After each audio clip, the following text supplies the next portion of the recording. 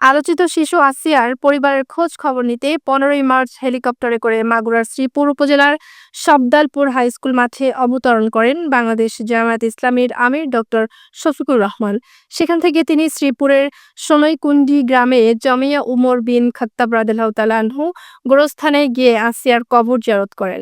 পরে সোনাইকুণ্ডি সরকারি প্রাথমিক বিদ্যালয় মাঠে উপস্থিত জনতার উদ্দেশ্যে সংক্ষিপ্ত বক্তব্য দেন।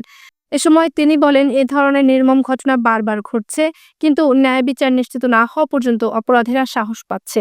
আমরা শুধু দ্রুত বিচার নয়, তার কার্যকর ফলও দেখতে চাই। সর্বোচ্চ 90 দিনের মধ্যে বিচার ও রায় কার্যকর হোক, এটাই জাতির দাবি। বক্তব্য শেষে আসিয়ার মাগফিরাত কামনায় দোয়া করা হয়। পরে ডক্টর শফিকুর রহমান জেলা জামায়াত নেতাদের সঙ্গে নিয়ে আসিয়ার পরিবারের সঙ্গে সাক্ষাৎ করেন এবং তাদের পাশে থাকার প্রতিশ্রুতি দেন। সান্ত্বনা দিতে এসেছি, তাদের প্রতি সহানুভূতি প্রকাশ করতে এসেছি এবং তাদের পাশে কিভাবে দাঁড়ানো যায় সেটা বুঝতে এসেছি।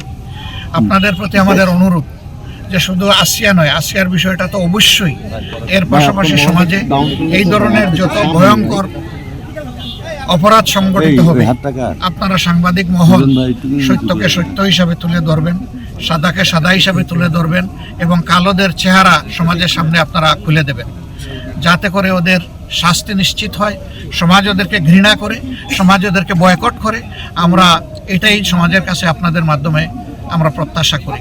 আর এই মেয়ের হত্যাকারীদের বিচার আমরা অত্যন্ত দ্রুত দেখতে চাই এবং বিচার কার্যকর হয়েছে, শাস্তি এটাও আমরা দেখতে চাই। তাহলে হয়তো এই পরিবার একটু মানসিক সান্ত্বনা পাবে, দেশবাসী একটা সান্ত্বনা পাবে এবং এই রকম যারা লম্পট তারা ভবিষ্যতে এখান থেকে শিক্ষা নিয়ে সতর্ক হবে।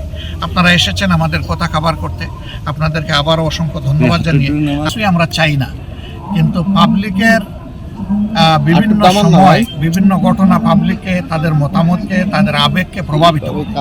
তবুও আমরা সর্বাবস্থায় বলি যে আপনারা ধৈর্য ধরুন, আইন শৃঙ্খলাকে সহযোগিতা করুন এবং বিচারকে তার আপন গতিতে আগাতে দেন, সেটার মধ্যেই কল্যাণ বেশি আমরা